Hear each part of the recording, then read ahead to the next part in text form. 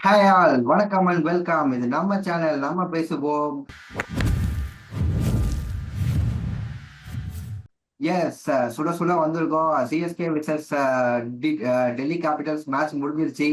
First 2 பாயிண்ட்ஸை வந்து ஒரு வழியா எடுத்துட்டாங்க சிஎஸ்கே. விசில் எடுங்க, போடுங்க அப்படின்ற மாதிரி ஒரு மூமெண்ட் தான் எல்லாருக்குமே. கிரவுண்ட்லயும் அந்த ஃபேன்ஸோட எமோஷன்ஸ், ரியாக்ஷன்ஸ் எல்லாமே பார்த்தோம். ஒரு சைன் ஆஃப் ரிலீஃப் தான் தெரிஞ்சது ஓனர்ஸ்ல இருந்து எல்லாருக்குமே. சஞ்சு, ருத்து எல்லாருமே வந்து ஹாப்பியா இருந்தாங்க at the end of the day. So நல்ல ஒரு match Ramana. Bharathi, welcome back Ramana and Bharathi first of all. வணக்கம். எஸ்.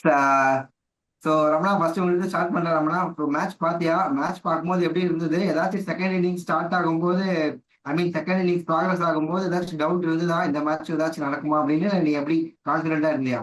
நான் ப்ரிவியூல சொன்ன மாதிரி சிஎஸ்கே இந்த வாட்டி ஜெயிக்கும்னு நான் சொன்னேன் ஆக்சுவலி. ஆனா இப்படி ஜெயிப்பாங்கன்னு நான் நம்பல. டாப் ஆர்டர் டாமினேட் பண்ணா என்ன நடக்கும்ட்டு சிஎஸ்கே டீமுக்கு இன்னைக்கு ப்ரூவ் ஆயிருக்கு. பாத்தீங்கன்னா நம்ம டாப் ஆர்டர்னு பத்தி பேசிட்டு இருந்தோம். ஒருத்தர் டாப் ஆர்டர் ஆடுறனாலே பாத்தீங்கன்னா வேற யாருமே இறங்கல.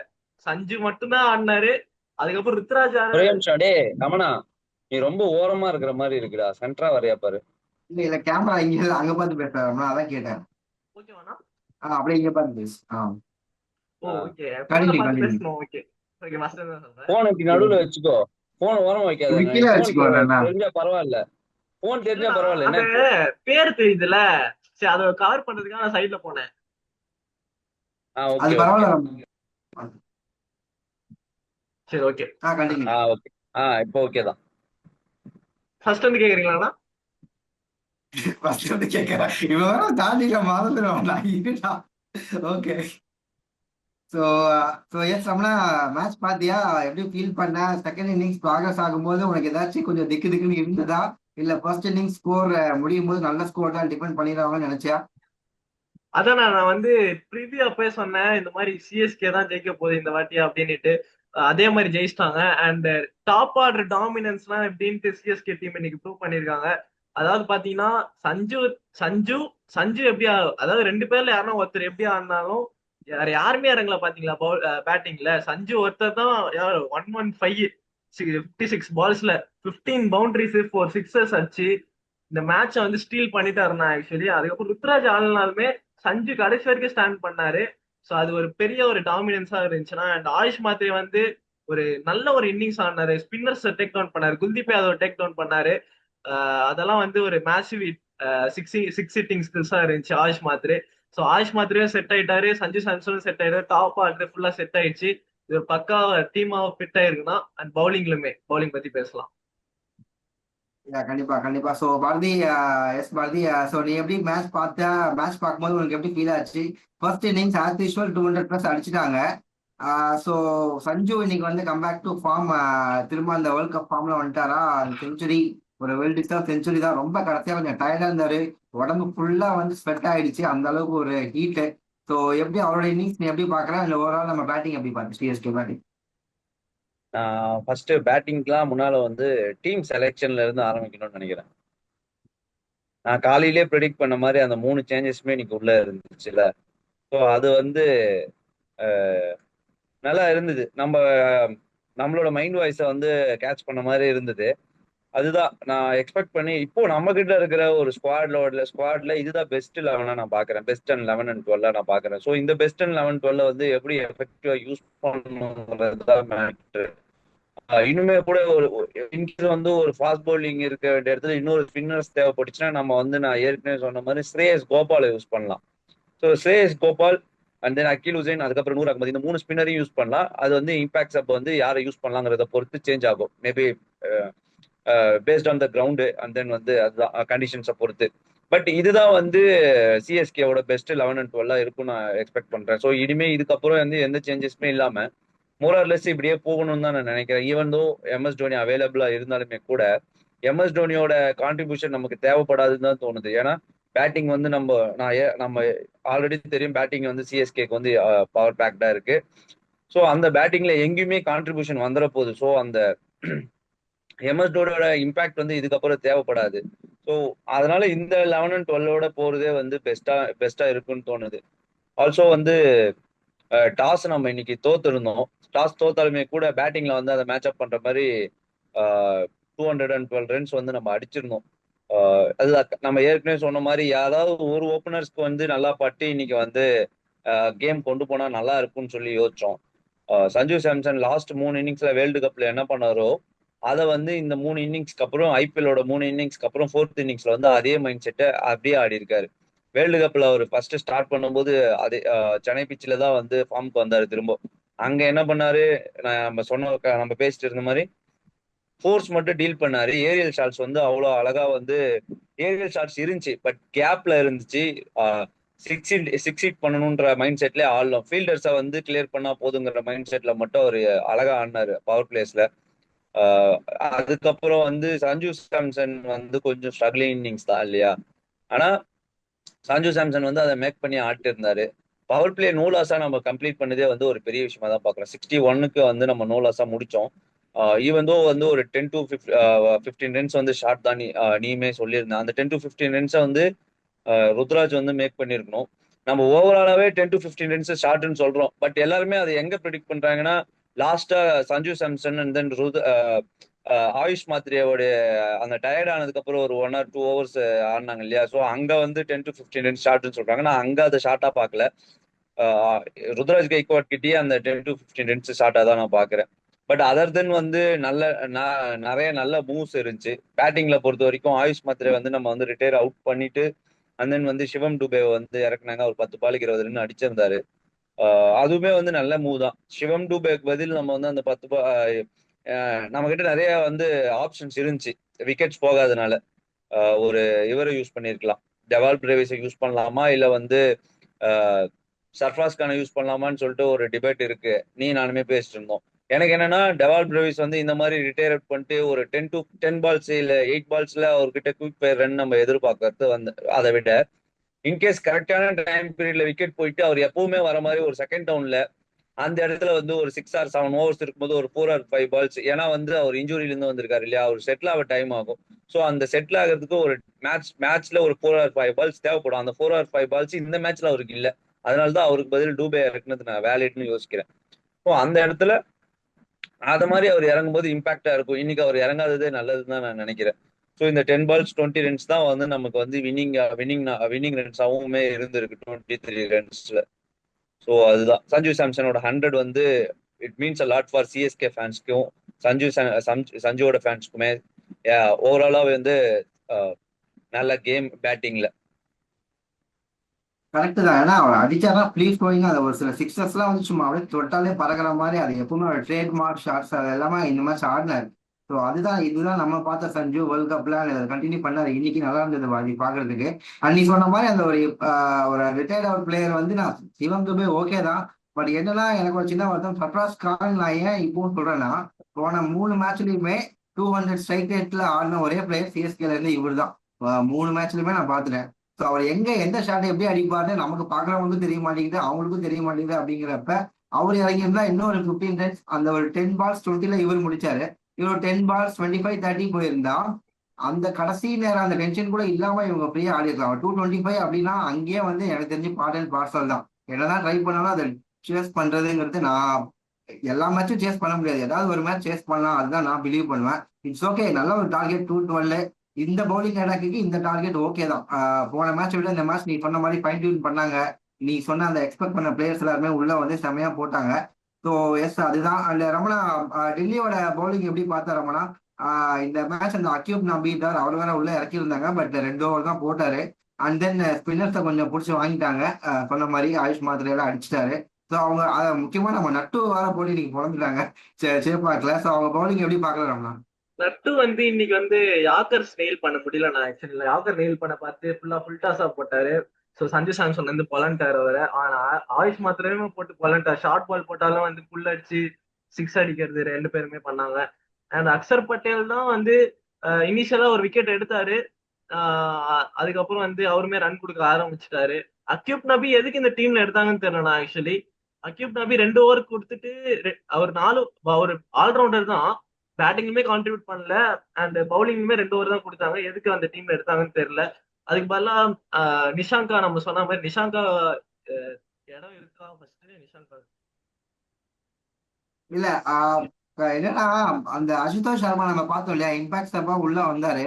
அவரு உள்ள விளையாடணும் அப்படிங்கிறதுக்காக தான் இவங்க அக்யூப் நாபி எடுத்திருக்காங்க. ஏன்னா மேல நம்ம பேசுன மாதிரி இன்னைக்கு நல்ல வேலை நிதிஷ் ராணா ஆடல. பாலி சொன்ன மாதிரி எங்க அவர் ஆடி ஏதாச்சும் ஒரு இம்பாக்ட்ஃபுல் இன்னிங்ஸ் அவர் ஆடி இருக்கலாம். பட் அவரை வந்து உட்கார வச்சுட்டாங்க.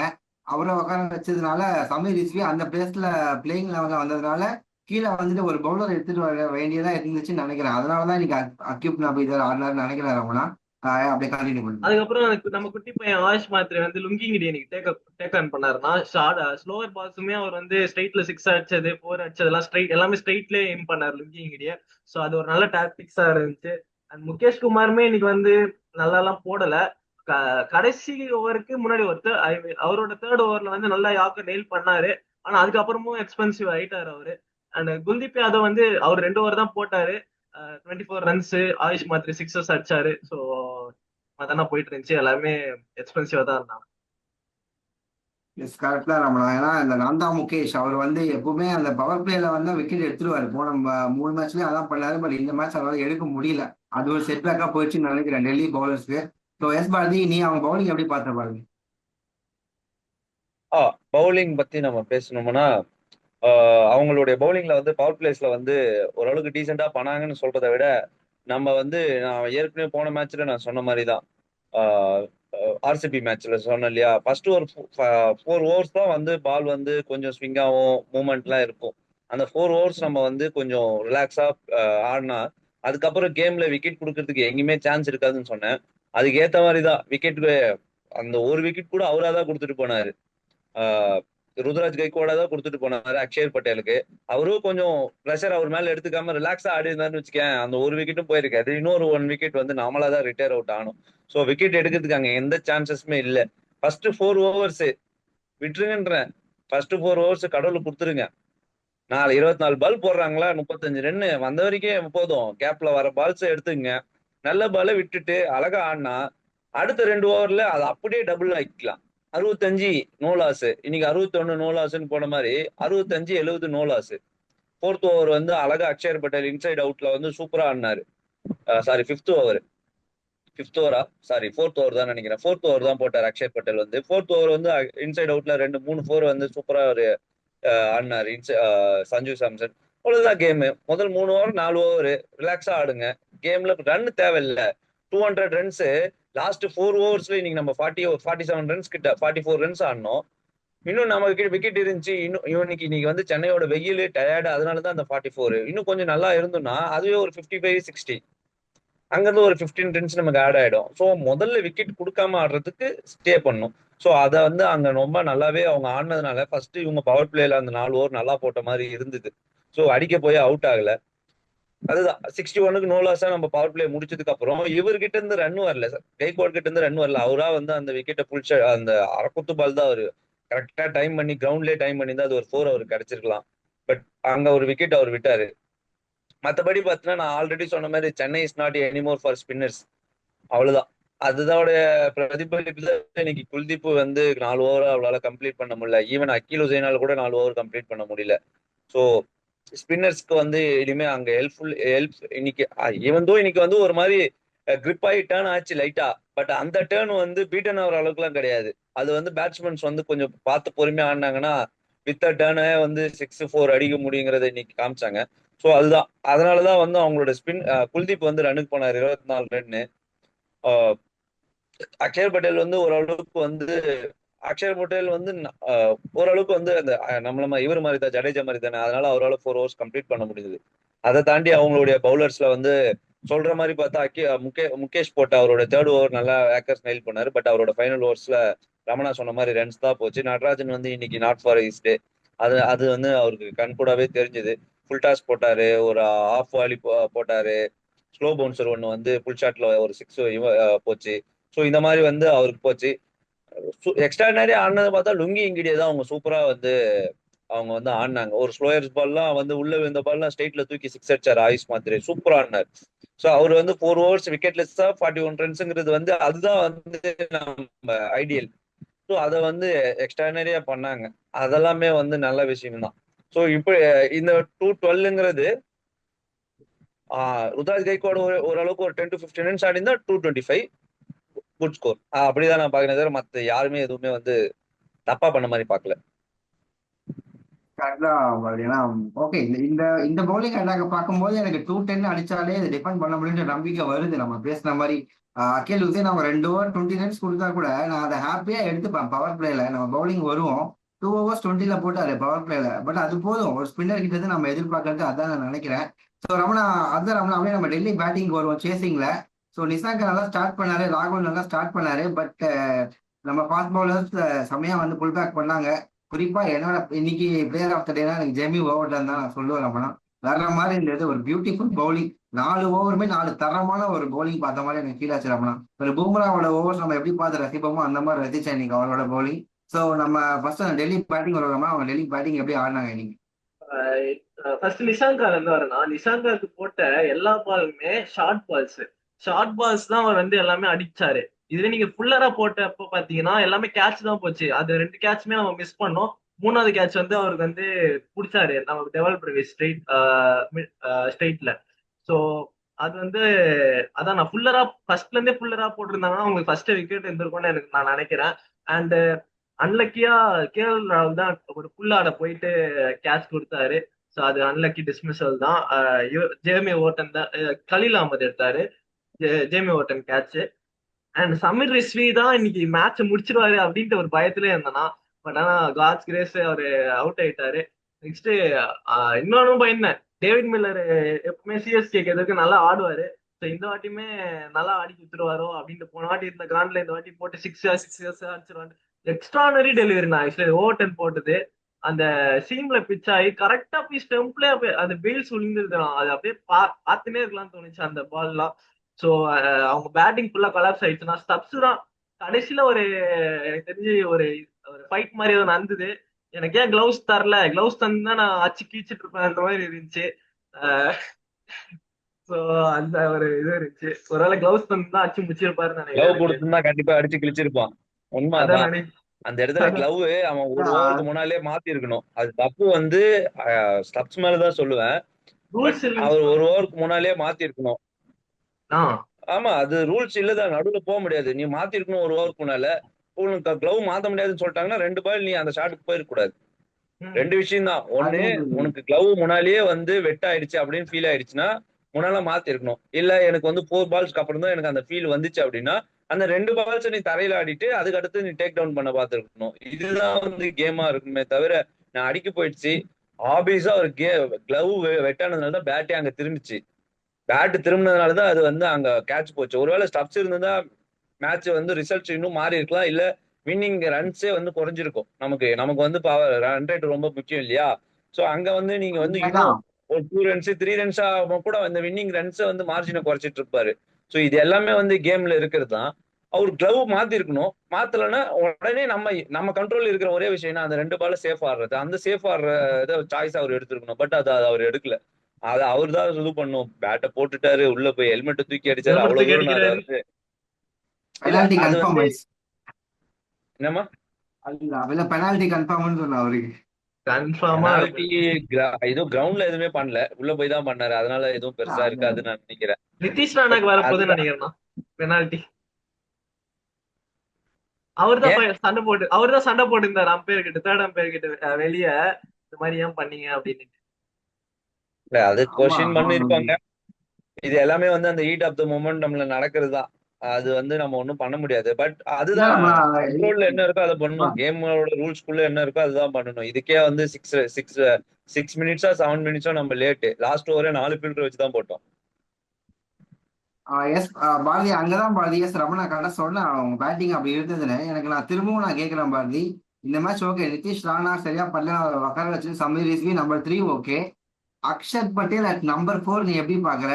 நான் இப்பயும் நான் சொல்றேன், ட்ரைஸ்டன் ஸ்டப்ஸ் எவ்வளவு பால், மேக்ஸிமம் நம்பர் ஆஃப் பால்ஸ் அவர் தான் ஆடணும்னு நான் நினைக்கிறேன் பாரதி. ஸோ நம்பர் 4 அவர் இறங்குறதே கரெக்டா இருந்திருக்கும் நான் ஃபீல் பண்றேன். அதுதான் நம்ம ஏற்கனவே சொன்னேன். அக்ஷர் பட்டேல் கேன் பேட் தான். Is not a pure batsman. ஓகேவா? ஸோ நான் எப்படி யோசிக்கிறேன்னா அக்ஷர் பட்டேல் 20 பாலுக்கு 30 ரன் அடிப்பாரு. எப்போ குயிக்கா விக்கெட் போகும்போது ஸ்டெபிலைஸ் பண்றதுக்கு தான் அவர் யூஸ் பண்றாங்களே. இந்தியா டீம்லயே அப்படிதான் யூஸ் பண்ணாங்க. எனக்கு கேட்டா நிஷா ரிஸ்வி போயிட்டாரு. ரிஸ்வி போனதுக்கு அப்புறம் அக்ஷர் பட்டேல் வந்திருக்க கூடாது, அங்க ஸ்டப்ஸ் தான் வந்திருக்கணும். ஸ்டப்ஸ் வந்துட்டு அதுக்கப்புறம் மில்லர் இல்ல மில்லருக்கு முன்னால இவர் அக்ஷர் வந்துட்டு அப்புறம் லாஸ்ட்ல பினிஷிங்க்கு மில்லர் வந்திருக்கலாம். இது இப்படிதான் யூஸ் பண்ணிருக்கணும். அவங்க ஸ்டப்ஸ் மேல ஆடணும், அதுதான் வேலிடா இருக்கும். ஸ்டப்ஸை ஏன் ஆட மாட்டாங்கன்னு தெரியல. ஃபர்ஸ்ட் கேம் ஈவன் ஸ்டப்ஸும் ரிஸ்வியும் தான் சேர்ந்து கேமை முடிச்சு கொடுத்துருப்பாங்க. அது வந்து அவங்க ஃபர்ஸ்ட் கேம் பார்த்துட்டாங்க. அதுக்கப்புறமும் இதை வந்து அவங்க பண்றது பெரிய பெரிய தப்பு தான்.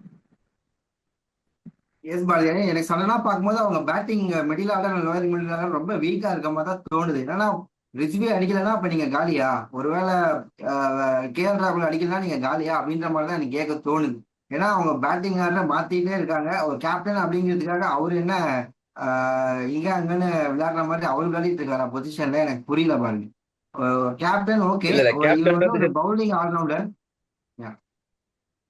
கேப்டன்றது இல்ல, கோச்சு கிட்ட இருந்துமே அந்த ஐடியாஸ், அவங்க கோச் கொடுக்குற ஐடியாஸ் தான் இப்ப ஃபாலோ பண்ணிட்டு இருக்காங்க. நம்ம அதை ஃபர்ஸ்ட் மேட்சஸ்ல இருந்தே பார்த்துட்டு இருக்கோம். ஸோ அதனால வந்து கேப்டன் அவர் வந்து நான் தான் கேப்டனு அப்படின்னு சொல்லிட்டு முடிவு எடுக்கிறாரான்னு எனக்கு தெரியல. பட் அவங்க கோச்சிங் சைட்ஸ்ல இருந்து அது வர மாதிரி தான் தெரியுது. பட் அதுதான் நான் சொல்ல வரேன், இன்னைக்கு மேட்ச்ல எல்லாமே இருக்கட்டுமே, இன்னைக்கு வின் பண்ணதுக்கு காரணம் ஒன்னே ஒண்ணுதான், ஃபீல்டிங் தான். அவங்களோட ஃபீல்டிங், நம்மளோட ஃபீல்டிங், நம்மளுடைய அந்த எக்ஸ்ட்ரானரி கேட்ச், சர்ஃப்ராஸ் கானோட கேட்ச்லாம் வந்து அதெல்லாம் அந்த இன்னைக்கு என்னன்னா இன்னைக்கு சிஎஸ்கே வின்னு அப்படின்றத எழுதி கடவுள் வந்து ரெண்டுத்துல ஒரு சீட்டு எடுக்கிறதுல இல்ல ஒரே சீட்டு வின்னு அப்படின்னு எழுதி உள்ள போட்டாரு. அந்த ஒரு சீட்டுங்கிறதுனாலதான் இன்னைக்கு அவங்க கேட்சும் விட்டாங்க, இன்னைக்கு நம்ம கேட்சும் பிடிச்சோம். அப்படிதான் இருந்துச்சே தவிர மத்தபடி நீங்க நீங்க நல்லா அடியில ஜெயிக்க மாட்டீங்கன்னா உங்களுக்கு கேட்ச் விடுற மாதிரியே நான் எழுதி போடுறேன்டா இன்னைக்கு சீட்டுங்கிற மாதிரி எழுதி போட்டாருன்னு நினைக்கிறேன். நம்ம வந்து வேர்ல்டு கப்லயுமே பார்த்தோம், சஞ்சு சாம்சன் கேட்ச் விட்டா அவரு எங்க போய் ஸ்டாப் பண்ணுவாருன்னா மேட்சை வின் பண்ணிட்டு தான் வெளியே வருவாரு, அவுட்டே ஆக மாட்டாரு. இன்னைக்குமே அதே தான் நடந்துச்சு. சஞ்சு சாம்சனுக்கு தேவைப்படுறதுலாம் ஒரே ஒரு லக்கு தான். அந்த லக்கு கொடுத்துட்டா அவருக்கு வந்து அதை யூஸ் பண்ணிக்கிறாரு அந்த லக்கை. அதே மாதிரிதான் இன்னைக்குமே அந்த லக்கை யூஸ் பண்ணிக்கிட்டாங்க. ஆயுஷ் மத்ரேக்கு ஒரு கேட்ச் மிஸ் பண்ணாங்க, அவருமே யூஸ் பண்ணி 50+ அடிச்சாரு. அதுதான் நான் சொல்ல வரேன். சோ ஃபீல்டிங் தான் கரெக்ட் மெயின் பாருங்க. ரீசனு. அதான் நீ சொன்ன மாதிரி கேஎல் ராகுல் அடிக்கலைன்னா அப்படிங்கறத தாண்டி சமீர் ரிஸ்வி 2 மேட்ச் அடிச்சு கொடுத்தாரு. அதுக்கப்புறம் நடுவுல மில்லர் வந்து ஒரு மேட்ச் அடிச்சாரு, ஒரு ரன்ல அவங்க தோத்தாங்க. நிசாங்கா மேல டாப் ஆர்டர்ல டீசெண்டா தான் பர்ஃபார்ம் பண்றாங்க, இன்க்ளூடிங் இன்னைக்குமே வந்து அவர் டீசெண்டா தான் பர்ஃபார்ம் பண்ணாரு. So match on match different different players வந்து ஸ்டெப் இன் பண்ணிட்டு தான் இருக்காங்க. பட் இன்னைக்கு தோத்ததுக்கு காரணம் அவங்க பேட்டிங் மட்டும் சொல்ல முடியாது, ஃபீல்டிங் தான் மெயின் ரீசன். எஸ் கரெக்ட் தான். ஏன்னா ஃபீல்டிங்கை அவன் கண்டிப்பா டெவலப் பண்ணி ஆகணும். ரமணா, அப்படியே நான் அந்த கோச்சஸ், அந்த பேட்டில் ஆஃப் கோச்சஸ் அப்படின்னு ஏற்கனவே நேற்றே பேசினாங்க எனக்கு மேட்ச் ஆரம்பிக்கிறதுக்கு முன்னாடி. ரமணா, ஏமாங் பதானி அவருக்கு வந்துட்டு ஏற்கனவே வாய்க்கால் தகராறு இருக்குன்னு நினைக்கிறேன் நம்ம ஃபிளமிங்கோட. ஸோ அதனால ஏதாச்சும் ரொம்ப ப்ரெஷர்ல போயிட்டாங்களா? ஏமங் பதானி, நட்ராஜன் இவங்க எல்லாருமே அகைன்ஸ்ட் சென்னை, இன் சென்னை விளையாடுறதுனால கொஞ்சம் ப்ரெஷர்ல போயிட்டாங்க அப்படின்னு நினைக்கிறேன். அதான் எல்லா ப்ரெஷருக்கு காரணம் வந்து நம்ம பேட்டிங் தானே. ஆக்சுவலி அந்த பேட்டிங் டாமினேஷன்னால தான் எல்லாமே ஸ்டார்ட் ஆகுது, ப்ரெஷர்ன்றது எல்லாமே. அது இல்லாம வந்து ஓவர்டன்னு நம்ம அவுட் சைட் திங்கிங்கா இவ்வளவு நல்லா போட்டாரு இந்த வாட்டி, அதுவே ஒரு ப்ரெஷர் அவங்களுக்கு கிரியேட் ஆயிருக்கும். ஸோ அவங்களுக்கு என்ன பண்றதுன்னு தெரியாம வந்து ஆஹ் இந்த இந்த மாதிரி ப்ரெஷர் ஆயிருக்கும்னு எனக்கு தோணுது actually. Okay okay Ramana. So Bharathi, அப்படியே எஸ் பாரதி, அப்படியே நம்ம சிஎஸ்கே பவுலிங்ல நம்ம அதான் பேசிட்டு இருக்கோம். குறிப்பா நம்ம பர்டிகுலரா பேசணும்னா ஓவர்டனோட பவுலிங் பத்தி பேசலாம் பாரதி. 4 ஓவர், அந்த ஓவரோட டைம் லைன்ஸ் நான் அப்படியே பார்த்தேன். 0-0-1-1 விக்கெட், 0-1-0 விக்கெட், 1-0-1 விக்கெட், 0-0-1-4 விக்கெட். 4 ஓவர்லயும் ஒரு விக்கெட் பால், ஒரு விக்கெட் டேக்கிங் டெலிவரி போட்டு 4 விக்கெட் எடுத்தார் பாரதி. ஸோ என்ன மாதிரி ஒரு பவுலிங், ரொம்ப நாளைக்கு அப்புறம் சிஎஸ்கேல இருந்து ஒரு பவுலர் இந்த மாதிரி பர்ஃபார்ம் பண்ணி பாக்குற மாதிரி இருக்கு பாருங்க. அதுதான் லாஸ்ட் மேட்ச் அவர் பண்ண அந்த தப்பை இந்த மேட்ச் கரெக்ட் பண்ணிட்டாரு. ஓவர் அரௌண்ட்ல இருந்து ஓடி அந்த வந்து அவுட் சைடு ஆஃப்ல போடுறதுக்கு பதில் அவர் நல்லாவே லென்த்ல போட்டு ஸ்டாப் பண்ணிட்டு இருந்தாரு. இன்னைக்கு யார் என்ன சொன்னாலும் நான் எதை நல்லா பண்றேனோ அதை தான் பண்ண போறேன்ற மைண்ட் செட்ல வந்தாரு. அவர் வந்து ஓவர் த ஸ்டெம்ஸ்ல 4 ஓவர் அழகா போட்டாரு, அவருக்கு தேவையான விக்கெட்ஸ் எடுத்தாரு. 140ல போடுறக்கூடிய ஒரே பவுலர் சிஎஸ்கேக்கு இப்ப அவர் மட்டும்தான். அதுவும் ஈவன் எக்ஸ்ட்ரா நிறைய பேட்டிங் ஆடுற ஒரு ஒரு ஆல்ரவுண்டர் 140+ போறது. ஆல்ரவுண்டர்ஸ்னாலே 130க்கு போடுற ஆல்ரவுண்டர்ஸ் தான் நமக்கு தெரியும். 140க்கு போற ஒரு ஆல்ரவுண்டர் சிஎஸ்கே கிடைச்சிருக்காரு. அதுவும் அவர் எக்ஸ்ட்ரா நிறைய வந்து டெலிவரி பண்றாரு. அவருக்கு கிரிக்கெட் நாலேஜ் நல்லாவே இருக்கு. ஃபேமிலியாவே அவங்க கிரிக்கெட் ஃபேமிலி தான். கிரிக்கெட் நாலேஜுமே நல்லா இருக்கு. அதுதான் அவருடைய நாலேஜை வந்து எவ்வளவு யூஸ் பண்ண முடியுமோ அவ்வளவு யூஸ் பண்றாரு சிஎஸ்காக. அத அதனால அவரோட விக்கெட்ஸ் வந்து நல்லா அந்த ஒவ்வொரு ஓவருக்குமே ஒரு ஒரு விக்கெட்ஸ் எடுத்தது வந்து அட்வான்டேஜா இருந்துச்சு. அதனால சிஎஸ்கேக்குமே வந்து அவரை வந்து டெப்த்ல யூஸ் பண்றதுக்கு வந்து சூப்பரா இருந்துச்சு. 19th ஓவர் யூஸ் பண்ற இடத்துல 19th ஓவர் யூஸ் பண்ணியிருந்தாங்க. ஜேமி ஓவர்டன் அங்கேயும் சூப்பரா போட்டு 27ஓ 26 ரன்ஸோ கொடுத்தாரு. இவருக்கு 28 ரன்ஸ் கொடுத்தாரு. சாரி, 28 ரன்ஸ் லாஸ்ட் ஓவர் போடுறதுக்கு வந்து அன்குல் கம்போஜ் கொடுத்தாரு. அந்த 28 ரன்ஸ் எனாஃபா இருக்குன்ற மாதிரி. ஸோ அவர் வந்து எக்ஸ்டர்னரி அடிஷன்.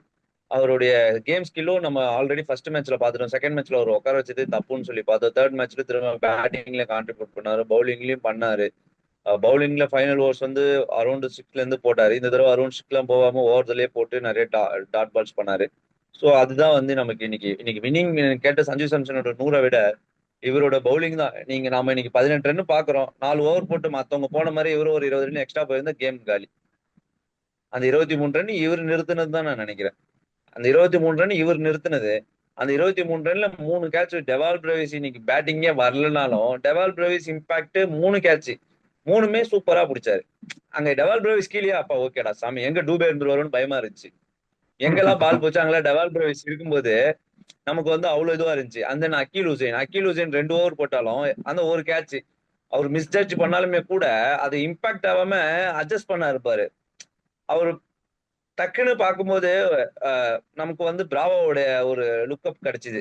பிராவோ மாதிரி கையில அந்த யூஸ் போட்டுட்டு அந்த இதுவெல்லாம் பண்ணும்போது பிராவோடைய ஒரு ஃபிளேவர் கிடைச்சிச்சு. பவுலிங்லயுமே வந்து பவர் பிளேல 2 ஓவர் நமக்கு அவர் போட்டு கொடுத்தாரு. அதுல 2 நோபால். அந்த நோபால் இல்லாம நோபால்ல ஃப்ரீ ஹிட்ல தான் ஒரு பவுண்டரி போச்சு தவிர அந்த 2 நோபாலையும் கட் பண்ணி ஃப்ரீ ஹிட் இல்லாமனா அவர் பவுண்டரி அடிச்சிருக்க மாட்டாரு. ஃப்ரீ ஹிட்னு தான் ஃப்ரீயா பேட் அவுட்டாரு நிஷாங்கா. இன்னைக்கு நிஷாங்கா டேவே கிடையாது. ஸோ அதை ஃப்ரீ ஹிட்னு தான் அங்க விட்டு அவர் ஒரு அங்கிருந்து அங்க ஒரு 40 ரனுக்கு போற மாதிரி ஆயிடுச்சு. இல்ல அந்த 2 நோபாலும் இல்லாம அந்த 4 இல்லைன்னா யோசிச்சு பாரு, 20 ரன். அந்த 20 ரன் கொடுத்ததுல ஒரு 5 ரன் கம்மி பண்ணிக்கும். ஸோ 15 ரன் தான் கொடுத்துருப்பாரு. பவர் பிளேல 2 ஓவர் போட்டு 15 ரன் நம்ம அழகா எடுத்துக்கலாம். பவர் பிளேல போட அந்த ரெண்டு ஓவர் போடுறதுக்கு அகில் ஹுசைன் தேவை இல்லையா, அது போட்டு கொடுத்துட்டாரு. இதுக்கு மேல அகில் ஹுசைன் ஃபீல்டிங்ல எக்ஸ்ட்ரா நிறைய பண்ண போறாரு. இன்னைக்கு ஃபீல்டிங் நமக்கு ஃபீல்டர்ஸே இல்ல. டெவால் பிரேவிஸ் வந்தோடனே ஒரு ஃபீல்டிங் அடிஷன், அகில் ஹுசைன் வந்தோடனே ஒரு ஃபீல்டிங் அடிஷன், ஆல்ரெடி சர்ஃபாஸ் கான் ஒரு ஃபீல்டிங் அடிஷன். இப்போ வந்து லாஸ்ட்டுக்கு போயிடுறாரு இவர் ருத்ராஜ் கைக்வாட் இருக்காரு. ஒரு 4-5 ஃபீல்டிங்ல வந்து ஒரு நல்ல ஃபீல்டிங் டீமா நம்ம பாக்குறோம். ஆல்ரெடி நூர் அகமது எக்ஸ்ட்ரா நிறைய ஃபீல்டிங் பண்றாரு. தயவு செஞ்சு கலீல் அகமதுக்கு யாராவது ஒருத்தருக்கு பால் பிடிக்க கத்து கொடுத்தாங்கன்னா கொஞ்சம் நல்லா இருக்கும்னு தோணுது. உருண்டு வர பால பிடிக்கிறதுக்கு, கேட்ச் பிடிக்கிறதுக்கு அப்புறம் பத்தி நம்ம ஆமா விட்டாரு. யோசிப்போம். அது ஆமா வந்து அதான். எனக்கு வந்து அது வந்து ஒரு மாதிரி இதுவா தான் இருந்துச்சு. அண்ட் தென் கம்போஜ் கூட வந்து கேச்சஸ் எடுத்துடுறாரு. ஸோ அன்குல் கம்போஜ் இந்த மாதிரி வந்து கொஞ்சம் கொஞ்சம் அங்கங்க நல்ல நல்ல ஃபீல்டர்ஸ் வந்து தென்படுறாங்க. இன்னைக்கு மேட்ச்ல பார்த்தோம் நம்ம. அதெல்லாம் வந்து தான் நான் நல்ல விஷயமா பாக்குறேன். ஸோ இதெல்லாம் பண்ணிட்டு இன்னைக்கு ஜெயிச்சதுக்கு காரணமே டெவால் பிரேவிஸோட கேச்சஸ், இவரோட பவுலிங் அண்ட் தென் சிஎஸ்கேவோட ஃபீல்டிங் இதெல்லாமே தான். S, correct. கரெக்ட் பாதி. அதுதான் நான் அதுவும் அந்த அக்கேல் ஹுசேன் அதை விழும்போது நான் எங்க அவர் தலையில ஏதாவது அடிபட்டுட்டோம்னா பார்த்து பயந்துட்டேன் ஒரு செகண்ட். இப்பதான் ஃபர்ஸ்ட் மேட்ச் வந்து ஆடிட்டு இருக்காரு, அதுக்குள்ள இன்ஜுரி ஏதாவது ஆயிட போறாருன்னு நினைச்சேன். பட் இல்ல, கரெக்டா கேட்ச் முடிச்சு எந்திரிச்சு லைட்டா இடுப்பு தான் வந்து பிடிச்சாரு. ஓ புலி ஸ்பைன் தான் நினைக்கிறேன். ஸோ ரமணா, இன்னைக்கு வந்து ருத்துவோட கேப்டன்சி எப்படி பார்த்து ரமணா? எனக்கு வந்து இன்னைக்கு நல்லாவே பண்ணார் ரமணா. ஏன்னா அந்த எண்ட் ஆஃப் 12 ஓவர்ஸ் இருந்தப்போ நான் பார்த்தேன் பவுலர்ஸோடைய கோட்டா எவ்வளவு போட்டிருக்காங்கன்னு. எல்லா பவுலர்ஸுமே 2 to 2 ஓவர்ஸ் போட்டிருந்தாங்க. அப்படின்னாலே எனக்கு தெரிஞ்சது ஓகே ரைட், இதுக்கப்புறம் யாரை எப்ப வேணா யூஸ் பண்ணிக்கலாம் அந்த மாதிரி தான் அவர் ஓவர் கொடுத்துருந்தாரு. ஸோ எனக்கு பார்க்கும்போது ரொம்ப நல்லா இருந்துச்சு. உங்களுக்கு எப்படி இருந்தது? ஆமா, நான் கரெக்டா பவர் பிளே முடியும் போது எங்க 150 காணும்னு பார்த்தா கரெக்டா குர்ஜிபித் சிங் கொண்டு வந்தாரு. கரெக்டா ஃபர்ஸ்ட் பாலே விக்கெட். 6.1லயே அக்சர் பட்டேல் விக்கெட் எடுத்திருப்பாரு. சோ அது வந்து ஒரு நல்ல மூவா இருந்துச்சு நான் ஒரு இதுல பார்த்தப்போ. அண்ட் அதுக்கப்புறம் வந்து 150 போலிங்ல வந்து சஞ்சு சாம்சன் வந்து ஒரு ஒரு செகண்ட் வந்து பேசியிருப்பாரு 150 கிட்ட, இப்படி போடு, வைட்லயே போடு அப்படின்னுட்டு. அது ஒரு நல்ல மூவா இருந்துச்சு. அதுக்குதான் இந்த கேப்டன்சி எல்லாம் பாக்குறது, எக்ஸ்பீரியன்ஸ் எல்லாம் பாக்குறது இது மூலியமா தான் இருக்கு. திடீர்னு வந்து அந்த ஒரு செகண்ட் பேசுறது அதெல்லாம் தான் வந்து அடுத்த பால் விக்கெட் கொண்டு போகுது. ஆக்சுவலி அந்த 150 போட்ட பால் வந்து பாத்தீங்கன்னா கொஞ்சம் வைட்லயே போட்டாரு. அசுதோஷ் சர்மா வந்து தூக்கி அடிக்க பார்த்திருப்பாரு, அது வந்து போய் கேட்சா இருந்திருக்கும். சோ அது ஒரு நல்ல டாக்டிக்ஸா இருந்துச்சு.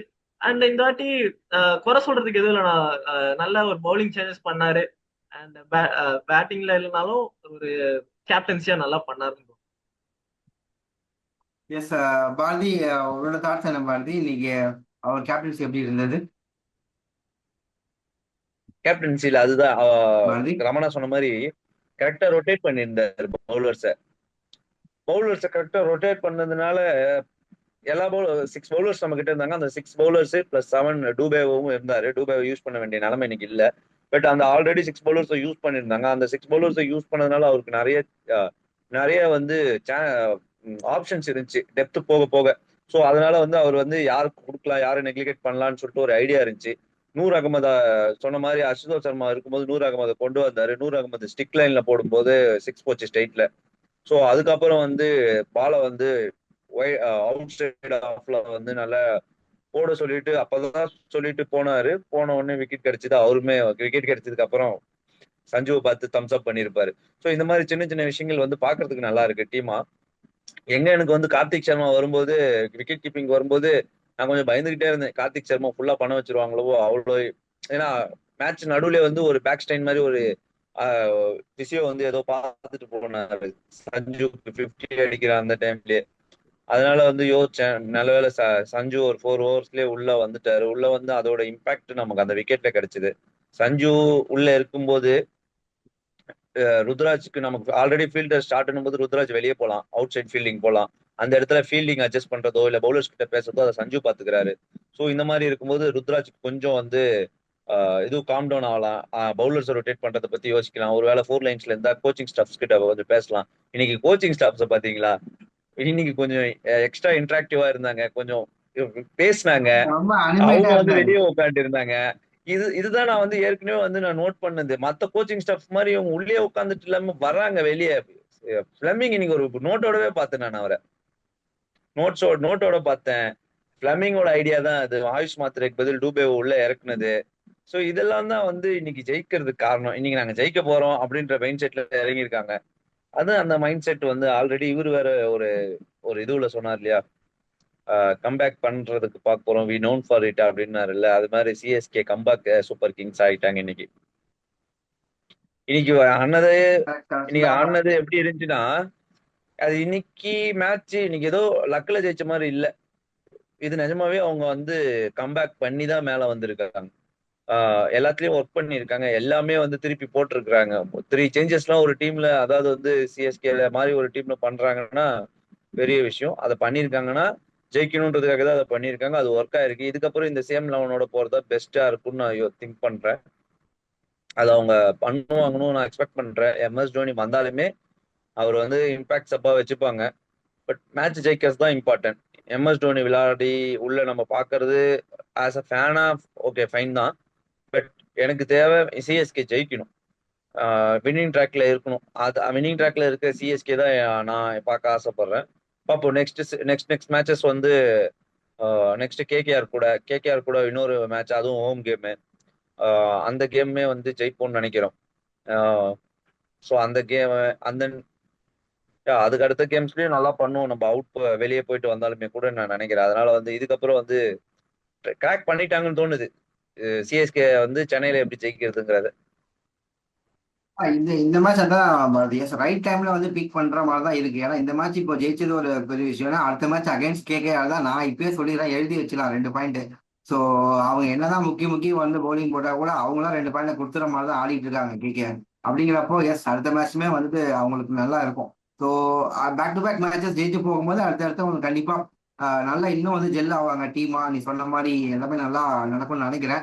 So yes Ramana, final thoughts Ramana, இன்னைக்குன்னா எப்படி மேட்ச், எப்படி விசில் போட்டியா மேட்ச் முடிஞ்சோடனே என்ன எப்படி ஃபீல் பண்ண?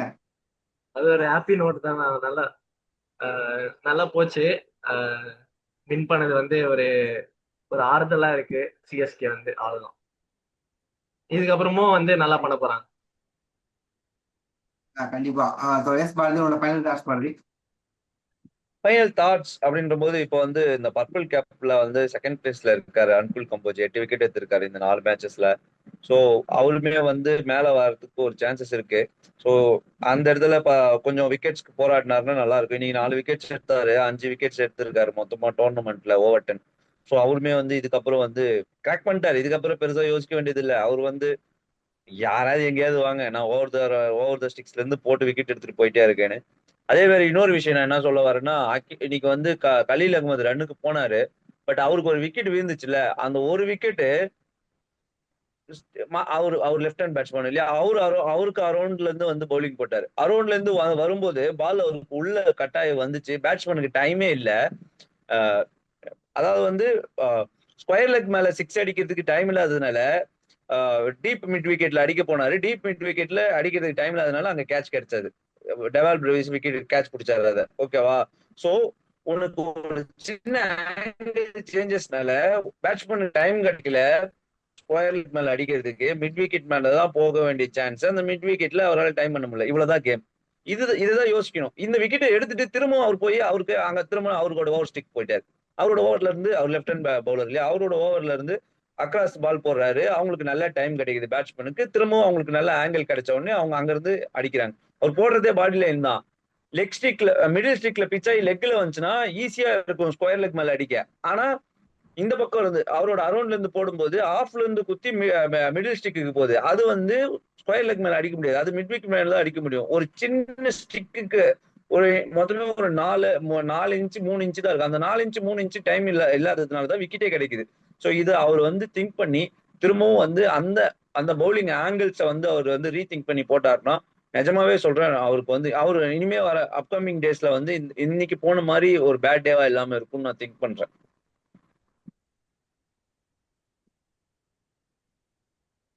கண்டிப்பா அது இப்ப எல்லாமே வந்துட்டு டாக்டிக்கலா வந்து நீ சொன்ன மாதிரி பார்த்துதான் கொடுக்குறாங்க. ருத்துவா இருக்கட்டும், ஒரு பவுலருக்கு எந்த எண்டு ஃபர்ஸ்ட் அவங்களுக்கு கொடுக்கணும், அந்த எண்டு கரெக்டா கொடுத்தா கூட அரௌண்ட் ஸ்டெம்ஸ் போடுமா ஓவர் ஸ்டெம்ஸ் போடுமா எல்லாம் பார்த்துதான் பண்றாங்க.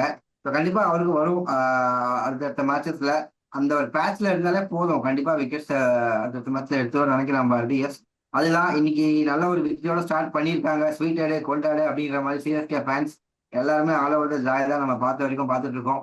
ஸோ அதை அப்படியே கண்டினியூ பண்ணட்டும். அவங்க டோர்னமெண்ட் இன்ட்ரெஸ்டா இருக்கும். நாளைக்கு ஒரு பெரிய மேட்ச் இருக்கு, ரமணா அண்ட் பாரதி. எஸ், அந்த மேட்ச் முடிஞ்சதுக்கு அப்புறம் முடிஞ்சா அதுக்கு ஒரு ரிவ்யூ பண்ணுவோம். CSK sorry MI versus RCB யார் எங்க இருக்காங்க பாயிண்ட்ஸ் டேபிள்ல இப்போ நம்ம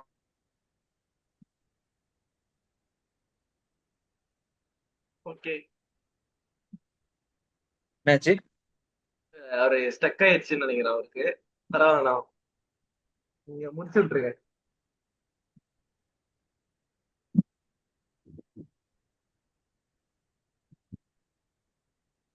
ஓகே கைஸ், இந்த வீடியோ முடிச்சுக்கலாம்.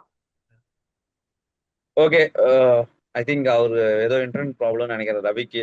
அதுதான். ஸோ நெக்ஸ்ட் நாளைக்கு வந்து ஒரு பெரிய பிக் மேட்ச் இருக்கு நமக்கு நாளைக்கு 7:30 மணிக்கு. ஸோ அந்த மேட்ச் என்னன்னா ஆர்சிபி விசஸ் எம்ஐ. அதுல வந்து ரெண்டு பேருமே லாஸ்ட்ல இருந்தா வராங்க. ஸோ அந்த லாஸ்ட்ல இருந்து வந்து யார் வந்து திரும்ப அவங்களுடைய ஸ்ட்ரென்த்தை ப்ரூவ் பண்ணி வின்னிங் ஸ்டிக்கு போக போறாங்கன்றத நாளைக்கு பார்த்தா தெரிஞ்சிடும் நினைக்கிறேன் ரமணா.